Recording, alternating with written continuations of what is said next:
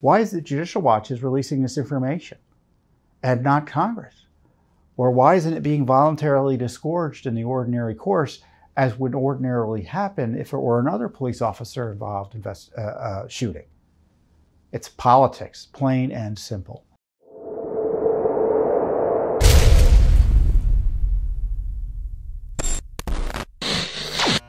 First up, we have new documents, and they're better than documents. They're actual audio-visual recordings of the police investigation of the death of Ashli Babbitt. Included in the materials is a cell phone video that I think is new of the Ashli Babbitt shooting. We have audios of the witness interviews, including that of Lieutenant Byrd, who refused to talk to investigators, as best we can tell. And plus we have photos of Lieutenant Byrd, who was the shooter of Ashli Babbitt. There's a headshot photo, and I'll talk about that in a little bit. So how did we get here? Well, Judicial Watch, despite everyone supposedly being interested in January 6th, Judicial Watch is actually conducting an independent, thorough investigation of what went on. How did it happen? And what about the people who died? We sued, for instance, for the autopsy results of Officer Sicknick, who everyone, the big media and the left lied about the circumstances of his death. And it looked like the medical examiner here in DC sat on the truth about his death, which is it wasn't a homicide. And that material was only released after we sued. And we also sued about records about the shooting death of Ashli Babbitt. Here we have a police officer involved shooting of an unarmed woman, 14-year veteran, who was no immediate threat to anyone, and silence, crickets. The Justice Department refused to do anything. The Capitol Police Department, who is run by the politicians on the Hill, namely Nancy Pelosi, refused to do anything and gave him a free pass. And in fact, his name was kept secret from the American people for months until he voluntarily came forward to talk about this and try to defend his decision to shoot and kill Ashli Babbitt. And so Judicial Watch had a lawsuit against the DC Police Department and the Office of Medical Examiner for records. And you may recall a few weeks ago, we received records from the police investigation after months of litigation from the DC Police. And they include witness interviews that make it pretty clear, because the officers were right near Lieutenant Byrd, that Ashli Babbitt was not armed. No one saw any arms in her hands. So there was no mistake. Oh, I thought she had a weapon. Oh no, she didn't have a weapon.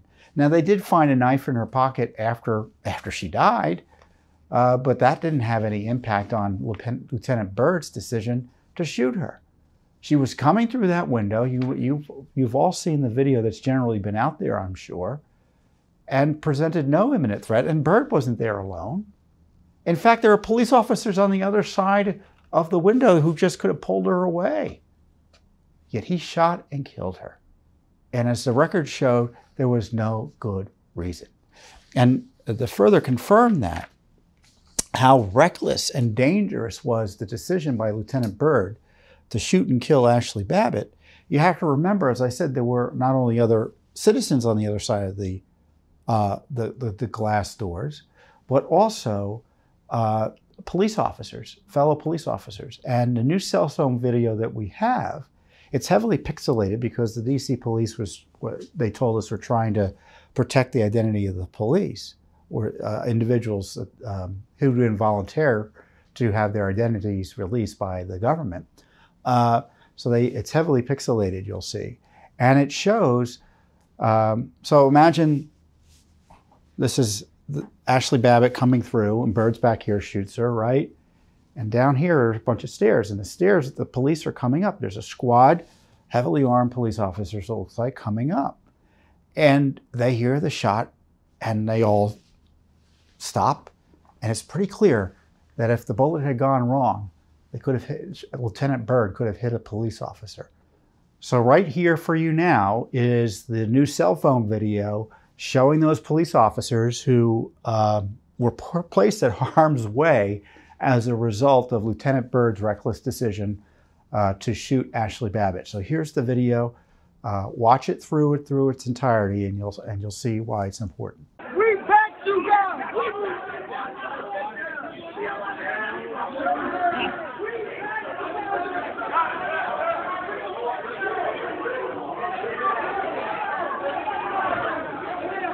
safe, be safe. There's one.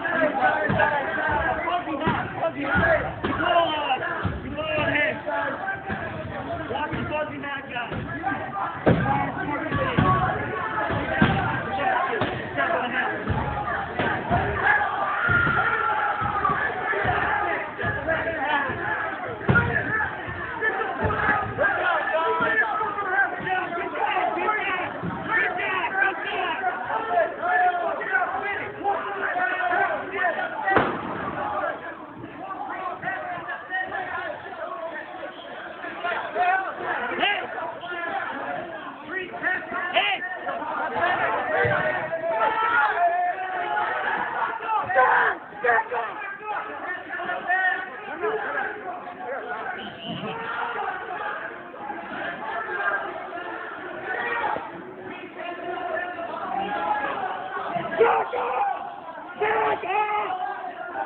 You guys, back off!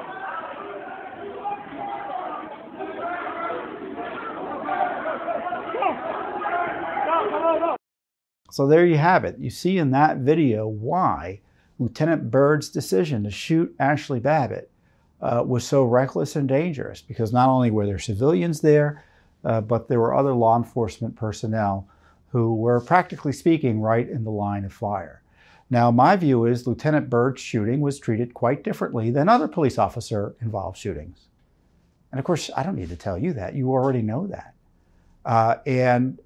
If it weren't a Trump supporter, if it weren't January 6th, if this weren't the Capitol Hill Police, which is the police agency right now run by Nancy Pelosi and her Democratic colleagues on the Hill, I'm convinced Lieutenant Byrd, in the least, would have faced a more serious criminal investigation, and also, again, in the least, an administrative sanction for recklessly shooting this unarmed individual. It was a bad shooting. And that video we have, which it took us forever and a day to get, further demonstrated. Also, we received, and it looked like it was a criminal investigation. One of the curious things, and I say this not knowing how it was resolved, because the Justice Department, which we're also suing for records about their decision related to the prosecution of Lieutenant Byrd, or non-prosecution in his case, hasn't given us the documents. But it's unclear from the documents we received whether there was a criminal prosecution recommended and rejected. So we don't know for sure whether someone wanted to prosecute him or not within the police department or within the Justice Department, or how that worked. But the pictures we have demonstrate that it looked to me that he was being seriously investigated, at least in part. Here, there's a picture of him. You can see, they got a straight-on headshot of Lieutenant Byrd. It's not quite a mugshot, but it's pretty darn close. And then they have, which I thought was even more interesting, pictures of his hands. So I defer to the forensic experts among you to tell us why, in your comments, why that's important. And then, of course, there are pictures of the gun. Many pictures of the gun were produced to us as well. And you'll see those pictures they're running through now. So, this is stuff exclusively obtained by Judicial Watch. So you have all of Congress investigating January 6th. We have that Star Chamber proceeding, that abusive investigation of Nancy Pelosi. And they're talking about how terrible January 6th was. Why is the Judicial Watch is releasing this information and not Congress? Or why isn't it being voluntarily disgorged in the ordinary course, as would ordinarily happen if it were another police officer involved in shooting?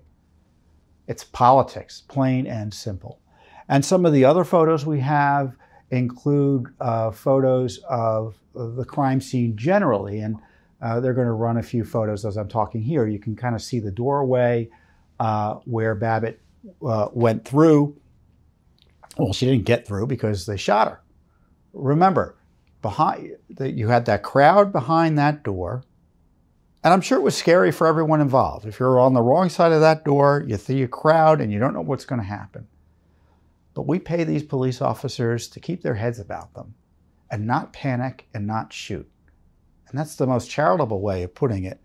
You know, prosecutors might put it a different way. And so you see from the photos how, you know, the kind of the crazy situation there, at least with respect to that specific door area. And so we also have, I don't know if they'll be up in time for this video, but we have a few dozen of the audio witness statements, or the witness statements, audio recordings of the witness statements saying they didn't see any, that Babbitt was unarmed, and other information that show. And you can listen to it all. You can look at the, you know, because we have the written materials as well from our last release of materials. And now we've got the audio witness statements, which are very interesting to hear because they provide, this material provides dramatic firsthand information about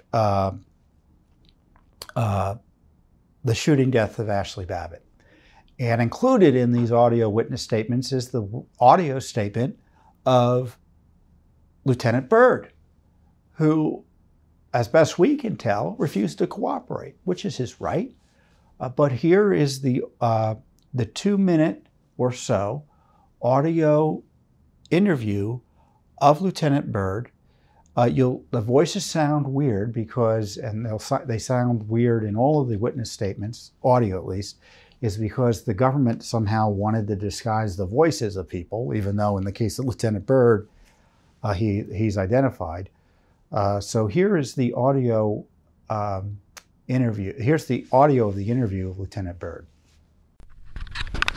Today is January 6th, 2020. It is approximately 1938 hours. I'm in Internal Affairs Division. We are located at 119 D Street, U.S. Capitol Police Headquarters. Present is the target of the criminal investigation for the officer involved shooting. Sir, would you please introduce yourself?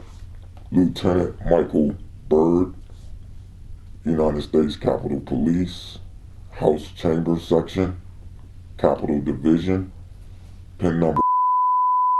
Thank you very much for that, sir. And if you would please introduce, also present, if you would please introduce yourself. Agent MPD IAD.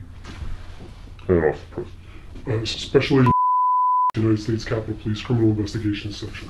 Thank you very much. Now, before we get into the interview itself, I want to advise you of what's called the Garrity Warnings. What Garrity says is that you are not required to give a statement to us today, that if you choose to do so or not choose to do so will have no bearing on your employment, that any statement you give is voluntary, but also please be aware that any statement that you give will be shared with the United States Attorney's Office. Any statement you give will be shared with the United States Attorney's Office. Okay. Do you understand the Garrity Warning? I do. Okay. Are you willing to give us a statement today? I would prefer to have a lawyer present. Okay. Under those, under the information that you just provided. That is perfectly understandable. And I will not ask you to provide a statement today. I will ask you, though, that when you do secure counsel, you have my business card, my contact information on them. If you would have them reach out to me to arrange for you to provide a statement when appropriate. Yes, sir. Okay. All right, then. Well, then, with that said, we're going to end the recording at this time, unless there's anything else anyone would like to add. Okay. Then I'm going to end the recording at this time. It is approximately 1941 hours. So you see, Lieutenant Byrd didn't want to talk. He wanted to have his lawyer, and as best we can tell, no one ever interviewed him, at least in the police department of the Metropolitan Police Department, about his decision to shoot Ashli Babbitt. Of course, he talked to the media about it, but he didn't talk to law enforcement. Isn't that interesting? So this is, it shows you how important Judicial Watch's work is, that we're able to get this information in the face of a Congress that's focused on trying to destroy its political enemies using the pretext of January 6th. And of course, this is not our only lawsuit. As I said, we sued the Justice Department for its information on the shooting death of Ashli Babbitt, the only person killed via homicide that day. And we've sued the Congress for the videos. They're telling the court in our case against them for the videos, 14,000 hours of videos from that day. Not 1 second of the January 6th videos that Congress has can be released to Judicial Watch under the Open Records Law. In fact, they're saying they're not even public records. And if they were, they're not important enough to release. The public interest doesn't outweigh their interest in confidentiality. Well, which is it? The worst day in American history that the public has an interest in figuring out how it happened? Or some just regular congressional day that doesn't require them to start releasing videos of what went on? You know where we stand on it. But Pelosi is the enemy, as I said before, of transparency on this. We have also litigation about the government's abuse of power in terms of targeting innocent Americans, trying to get the financial transaction records of everyone here in DC. We have that lawsuit against the FBI. We got the military using January 6th as a pretext to start monitoring the social media posts, it looks like, in an inappropriate way of our enlisted officials, our enlisted men and women, and who knows who else. Postal Service doing the same thing, monitoring social media posts. Who knew? We have a lawsuit on that. We have a lawsuit on Nancy Pelosi's conversation with General Milley about in their effort to undermine President Trump in the days shortly before the inauguration, trying to undermine the chain of command. Lawsuit after lawsuit. This is the real heavy lifting that's necessary on January 6th. Thanks for tuning in. Be sure to subscribe to our YouTube channel to catch all the latest news from Judicial Watch.